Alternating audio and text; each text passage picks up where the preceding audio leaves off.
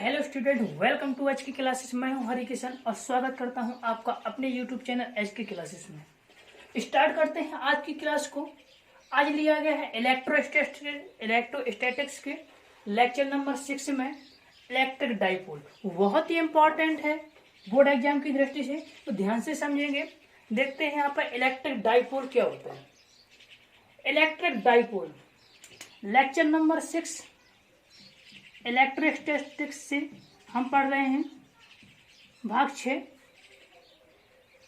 Electrostatics का क्या है? भाग 6 इलेक्ट्रोस्टैटिक्स। ठीक है, भाग 6 को पढ़ेंगे और इसमें क्या पढ़ रहे हैं हम? Electric dipole movement. बहुत ही इंपॉर्टेंट है। देखते हैं इलेक्ट्रिक डाइपोल मूवमेंट। वैद्युत द्विध्रुव, हिंदी में इसको वैद्युत द्विध्रुव बोलते हैं। वैद्युत द्विध्रुव, ध्यान से समझेंगे कि इलेक्ट्रिक डाइपोल होता क्या है। इलेक्ट्रिक डाइपोल समझने के लिए हम यहाँ पर ये होता है क्रिएशन होता है आवेशों का। क्या होता है? आवेशों का क्रिएशन होता है। अर्थात दो आवेश ले लेते हैं, एक प्लस क्यू आवेश और यहाँ पर एक माइनस क्यू आवेश ले लेते हैं। समझ पा रहे हैं इस चीज को?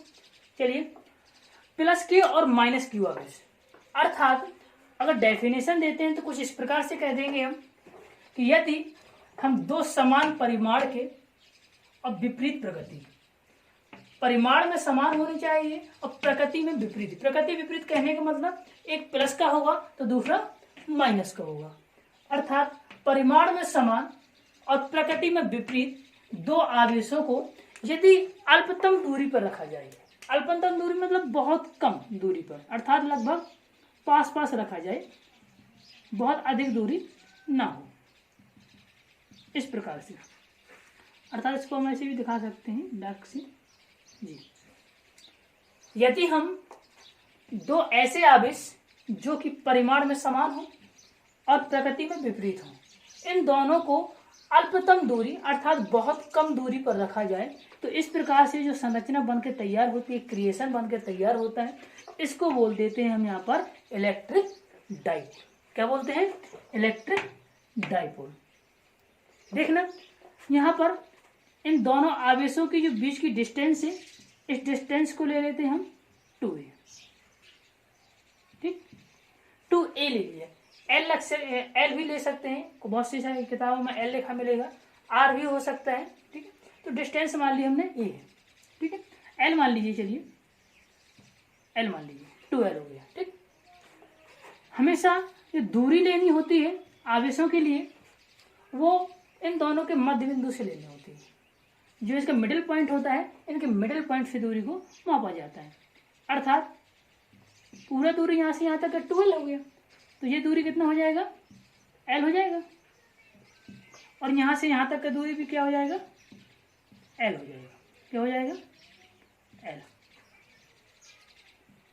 इस प्रकार से अर्थात कहने का मतलब हमारे क्या है, जो इलेक्ट्रिक डाइपोल होता है वो दो समान परिमाण और प्रकृति में विपरीत आवेशों का एक ऐसा कॉम्बिनेशन होता है कि इन दोनों को बहुत कम दूरी पर रखा जाए तो जो क्रिएशन बनकर तैयार होता है उसको बोल देते हैं यहाँ पर electric dipole.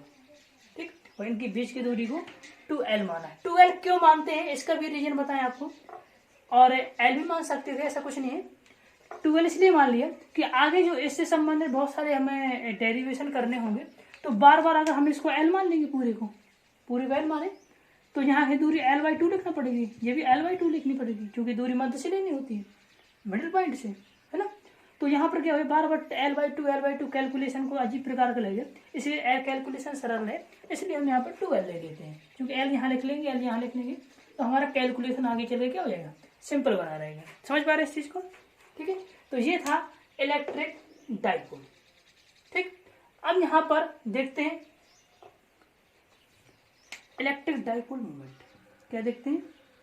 Electric dipole movement. चलिए, इलेक्ट्रिक डाइपोल मोमेंट की बात करते हैं। Electric dipole moment, electric dipole moment, वैद्युत द्विध्रुव आघूर्ण। क्या लेना है? वैद्युत द्विध्रुव आघूर्ण। इस चीज को समझते हैं।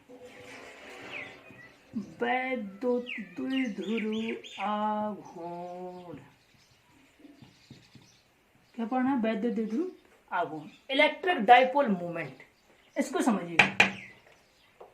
देखते हैं जो इलेक्ट्रिक डाइपोल मोमेंट होता है उसमें क्या करना होता है कि जो हमारा इलेक्ट्रिक डाइपोल था, इस इलेक्ट्रिक डाइपोल में से कोई एक अपन को चार्ज उठाना है, कोई एक आवेश लेना है, ठीक है, और इन दोनों आवेशों के बीच की दूरी लेना है और दोनों का मल्टीप्लाई करा देना है। क्या बता रहे थे? इलेक्ट्रिक डाइपोल में से कोई एक आवेश, परिमाण लेना होता है, केवल चिन्ह से मतलब नहीं होता है, इसके प्रकृति से कोई लेना देना नहीं है, केवल परिमाण सेट लेना है और एक आवेश लेना, कोई आवेश हो सकता है, ठीक है, क्योंकि परिमाण में दोनों समान होते हैं, और इन दोनों आवेशों के बीच की दूरी लेनी है और दोनों को क्या करना है? मल्टीप्लाई करा देना, गुणा करा देना है, ठीक है। तो जो बन के आएगा वो बोलते हैं हम इलेक्ट्रिक डाइपोल मूवमेंट। और इलेक्ट्रिक डाइपोल मूवमेंट को पी से दिखाते हैं, वेक्टर पी इसलिए लिखते हैं क्योंकि इलेक्ट्रिक डाइपोल मूवमेंट जो होती है वो एक वेक्टर क्वांटिटी होती है, सदिश राशि होती है, और सदिश राशि आप जानते हैं कि उसको दिखाने के लिए हमें डायरेक्शन और मैग्नीट्यूड दोनों की आवश्यकता होती है, परिमाण और दिशा दोनों की आवश्यकता होती है। तो हमने बताया कोई एक आवेश अर्थात क्यू, केवल परिमाण, दोनों आवेशों के बीच की दूरी अर्थात 2a। तो यहां पर हमारा इलेक्ट्रिक डाइपोल मूवमेंट बन गया P इक्वल टू, क्या बन गया? P equal to Q into 2l। क्या बन गया? Q into 2l। समझ पा रहे इस चीज को? क्लियर हुआ? ठीक है, चलिए इसके बाद आप बात कर लेते हैं इसके लिए मात्रक के लिए। इसका मात्रक क्या रहेगा? मात्रक में देखें, आवेश का मात्रक कूलम होता है, आवेश का मात्रक क्या होता है? कूलम, मल्टीप्लाई बाई एल क्या होती है? दूरी। एल यहाँ पर क्या है? दूरी। अब दूरी का मात्रक क्या होता है? मीटर। तो इसको क्या लिखेंगे? Coulomb into metre. क्या लिखेंगे? Coulomb into metre. अर्थात पी का जो मात्रक होता है, अर्थात वैद्युत द्विध्रुव आघूर्ण का जो मात्रक होता है वो होता है कूलम इंटू मीटर। समझ पा रहे हैं? इसकी विमा निकालनी हो हमें, तो विमा देखें किस प्रकार से निकाल पाएंगे हम। अभी इसके पहले हमने आवेश की विमा को पढ़ा था, आवेश की विमा को पढ़ा था हमने Q बराबर IT से निकाल के, ठीक है। तो आवेश की विमा क्या निकाली थी हम? A इंटू टी, ये निकाला था। इसके लिए L दूरी है, तो यहाँ पर L क्या हो जाएगी? दूरी। समझ पा रहे हैं इस चीज को, है ना। इसको अगर स्टैंडर्ड फॉर्म में लिखना हो तो स्टैंडर्ड फॉर्म में आप लिख सकते हैं इसको ml के पदों में। m यहाँ पर है नहीं तो n की पावर 0, क्योंकि इसका मान 1 हो जाएगा। l की power 1, ml t power a और a की पावर 1, ये स्टैंडर्ड फॉर्म पे लिखा। ऐसा m की पावर 0, l की पावर 1, t की पावर, इस प्रकार से ये होगा इलेक्ट्रिक डाइपोल मोमेंट के क्या निकल आती है? विमा निकल आती है। समझ पा रहे हैं? अब यहाँ पर देखना क्या हमें कि एक आदर्श जो वैद्युत द्विध्रुव होता है, इलेक्ट्रिक डाइपोल होता है, एक आदर्श वैद्युत द्विध्रुव, उसके लिए इम्पोर्टेंट होता है ये जान लेना कि आदर्श वैद्युत द्विध्रुव की जो बीच की दूरी होती है, बीच की दूरी वो बहुत ही कम होनी चाहिए। एक आदर्श मतलब एक आइडियल, अगर हमें इलेक्ट्रिक डाइपोल जानना है तो कैसे कह सकते हैं कि उन दोनों आवेशों के बीच की दूरी है वो बहुत ही कम होनी चाहिए। बहुत ही कम कहने को लगभग 0, 0 तो नहीं लेकिन लगभग 0 नहीं हो सकती दूरी, है ना, तो लगभग 0। और इनके जो आवेशों के मान होते हैं एक आइडियल इलेक्ट्रिक डाइपोल के लिए, तो आवेशों की जो वैल्यू होती है वो बहुत अधिक हो जाती है। और बहुत अधिक कहने का मतलब लगभग अनंत, है ना। अनंत कोई संख्या नहीं होती है, कोई एक वैल्यू नहीं होती है, लेकिन एक बहुत बड़े नंबर्स को हम अनंत बोलते हैं। तो अर्थात इनके आवेशों का मान होगा वो बहुत अधिक होगा एक आदर्श वैद्युत द्विध्रुव के लिए, और यहाँ पर इनके बीच की दूरी बहुत कम होगी। समझ पा रहे हैं इस चीज को? क्लियर हुआ? हमने इलेक्ट्रिक डाइपोल जाना, इलेक्ट्रिक डाइपोल मूवमेंट को पहचाना। इलेक्ट्रिक डाइपोल मूवमेंट अब इलेक्ट्रिक डाइपोल मोमेंट का यूज क्या है, इसका उपयोग क्या है, इस चीज को समझते हैं। चलिए देखते हैं कि इसका उपयोग क्या है इलेक्ट्रिक डाइपोल मोमेंट का। Physical importance of electric dipole, क्या जानना हमें? Physical importance of electric dipole moment, electric dipole moment. ठीक, क्या जानना हमें? Physical importance of a electric dipole moment. वैद्युत द्विध्रुव आघूर्ण का एक भौतिक उपयोग क्या होता है? समझ पा रहे हैं इस चीज को? देखिएगा कहाँ कहाँ उपयोग करते हैं। तो इसका जो होता है वो यहाँ पर ये देखना होता है कि यौगिकों को पोलर और नॉन पोलर, अर्थात जो कंपाउंड्स होते हैं, कंपाउंड्स कौन नॉन पोलर है और कौन पोलर है, इनको जानने के लिए हम इसका उपयोग कर लेते हैं। इससे इसकी पहचान की जाती है कि ये कौन सा नॉन पोलर है, कौन सा पोलर है। कैसे पहचानते हैं ये भी ध्यान दें।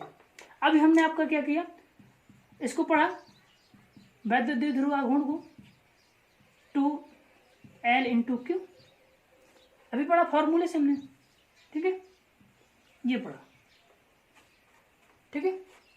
तो कैसे पहचाने कि दिया गया कंपाउंड जो है हमारा यौगिक है जो वो नॉन पोलर है या पोलर है, इसको कैसे समझेंगे? तो इसको समझने के लिए आप देखें, यदि हमारे if vector P is equal to 0, अर्थात यदि हमारे इलेक्ट्रिक डाइपोल मोमेंट की वैल्यू 0 आ रही है, 0 आ रही है, तो हमारा दिया गया जो कंपाउंड होगा वो नॉन पोलर होगा। क्या होगा? नॉन पोलर, अर्थात अध्रुवीय यौगिक कहलाएगा यदि उसका इलेक्ट्रिक डाइपोल मोमेंट क्या हो जाता है? 0 हो जाता है। एग्जाम्पल पे देख सकते हैं CO2 है ना, NH4 इस प्रकार से हो सकते हैं। अब ये कैसे होता है इसको पूर्ण डिटेल में जानने के लिए आप केमिस्ट्री में लेसन पढ़ेंगे तो उसमें आपको पूरा डिटेल मिल जाएगा। हम पढ़ रहे हैं फिजिक्स को, और फिजिक्स में केवल इतना जान लेना जरूरी होता है कि यहाँ पर पोलर कौन सा कंपाउंड होता है और नॉन पोलर कौन सा होता है। तो सीधा से याद रखेंगे हम यहाँ पे, यदि उसका इलेक्ट्रिक डाइपोल मोमेंट 0 हो जाता है तो वो कहलाएगा डायरेक्ट यहाँ पर नॉन पोलर हो जाएगा। और यदि vector P does not equal to 0, यदि हमारा इलेक्ट्रिक डाइपोल मोमेंट की वैल्यू 0 नहीं होती है, अगर 0 नहीं होती है तो फिर यहाँ पर क्या होगा? वो पोलर कहलाएगा, अर्थात वो ध्रुवीय यौगिक कहलाएगा। ठीक है, तो इस प्रकार से हम जान लेते हैं यहाँ पर इलेक्ट्रिक डाइपोल मोमेंट के कुछ भौतिक अभिप्राय। समझ पा रहे हैं? चलिए अब हम इससे क्वेश्चन को देखते हैं, इसी फॉर्मूले के आधार पे एक क्वेश्चन देखते हैं। थोड़ा सा एक चीज़ और समझ लें, हमेशा इसको थोड़ा सा एक चीज़ और जान लें कि जो वैद्युत द्विध्रुव आघूर्ण होता है, हमने बताया कि ये वेक्टर क्वांटिटी होती है। क्या होती है? वेक्टर क्वांटिटी होती है। इंपॉर्टेंट है, थोड़ा समझ लीजिएगा। वेक्टर क्वांटिटी, वेक्टर क्वांटिटी होती है। तो वेक्टर क्वांटिटी दिशा, अब इसकी दिशा कहाँ से कहाँ की ओर होती है ये थोड़ा समझना है। तो अभी आप थोड़ा सा ध्यान देंगे, एक माइनस क्यू आप इसे ले लीजिए इधर, ठीक है, और यहाँ पर एक प्लस चार्ज ले लीजिएगा। क्लियर?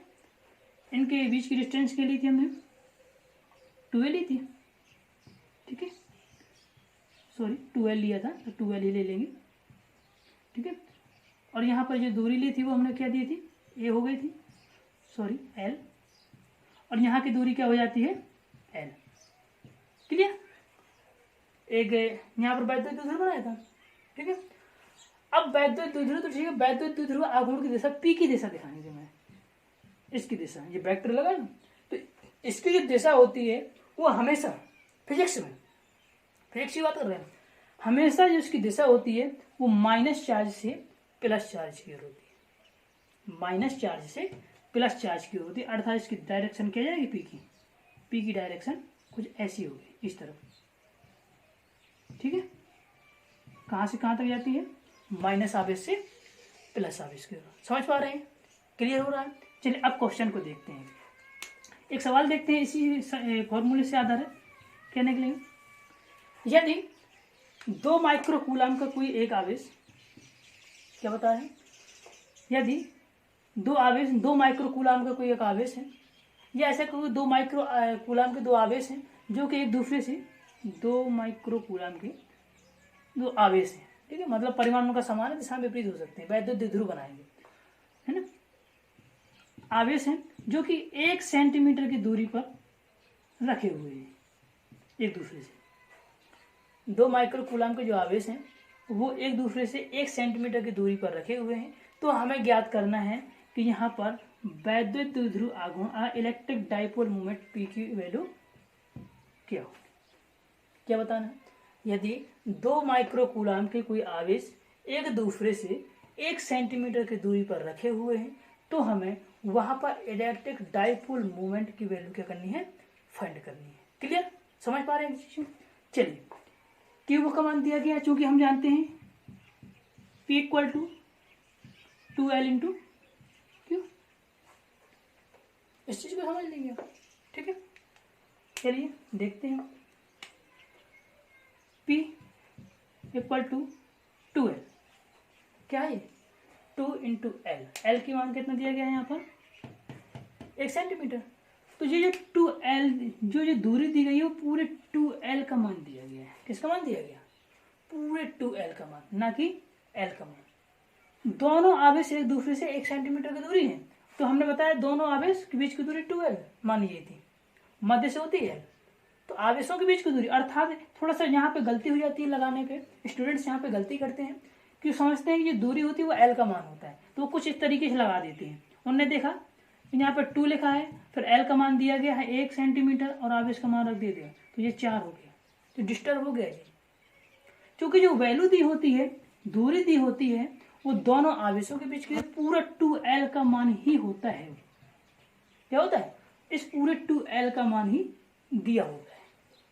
तो हमें क्या करना है, पूरे 2L की जगह 1 सेंटीमीटर रखना है, ऐसा नहीं कि 2 इंटू एल गुणा करा के लिखें, गलत हो जाएगा, ठीक है। तो देखें, तो यहाँ पर 2L के मान देखें यहाँ पे, तो 1 इंटू सेंटीमीटर को मीटर में बदल लें, ठीक है। आवेश का मान दिया गया है 2 माइक्रोकूलाम, तो 2 और माइक्रोकूलाम को कूलाम में लाएंगे तो 10⁻⁶, क्योंकि 1 माइक्रोकूलाम में 10⁻⁶ होता है। चलिए, P इक्वल टू क्या बन जाएगा, 2 इंटू 10⁻⁻⁸, 2 इंटू 10⁻⁻ की घातें क्या है आपस में जुड़ जाएंगी, गुणा में घातें जुड़ जाती हैं। क्लियर हुआ। तो यहाँ पर क्या बन जाएगा आपका vector P equal to answer आ जाएगा। मात्रक क्या निकलेगा इसका, coulomb into metre, coulomb into metre. मात्रक लिखना बहुत कंपलसरी होता है। आप कोई भी सवाल लगा रहे होते हैं, कैसे भी लगाते हैं, जो लास्ट में आंसर आए, जिस भी राशि जिस भी क्वांटिटी को आप निकाल रहे हैं उसका यहाँ पर मात्रक यूनिट जरूर लिखें। आप अगर यूनिट लिखना भूल जाते हैं तो आपका आंसर सही नहीं माना जाता है। समझ पा रहे हैं, क्लियर हुआ इस चीज का। तो इस प्रकार से हमने समझा इलेक्ट्रिक डाइपोल को, फिर समझा इलेक्ट्रिक डाइपोल मूवमेंट को। इलेक्ट्रिक डाइपोल मूवमेंट का आपने कुछ फिजिकल इंपॉर्टेंस देखा कि इसको किसी भी कंपाउंड को पोलर और नॉन पोलर में ज्ञात किया जाता है, मतलब इसको जाना जाता है, पहचाना जाता है। फिर हमने इलेक्ट्रिक डाइपोल मूवमेंट से एक क्वेश्चन देखा कि किस प्रकार से हम इसको समझ पा रहे थे। समझ पा रहे हैं, क्लियर हुआ, क्लियर हुआ। चलिए, अब आगे के लेक्चर में हम देखते हैं कि इलेक्ट्रिक डाइपोल मूवमेंट को किस तरीके से यूज कर सकते हैं, है ना। अलग अलग कंडीशन में अलग अलग डेरिवेशन पढ़ेंगे। आगे की डेरिवेशन बहुत इंपॉर्टेंट है, यहाँ से बोर्ड एग्जाम की दृष्टि से पढ़ेंगे। एक्जियल नॉन एक्जियल पर यहाँ पर देखेंगे, इलेक्ट्रिक डाइपोल के कारण क्षेत्र भी देखेंगे, ठीक है। तो इस प्रकार से हमारा आज के लेक्चर यहाँ पर समाप्त होता है। अगले लेक्चर में पढ़ेंगे हम यहाँ पर इलेक्ट्रिक डाइपोल मूवमेंट के कारण बल आघूर्ण और नॉन एक्जियल एक्जियल पर क्षेत्र, ठीक है। क्लियर हुआ। Thank you so much.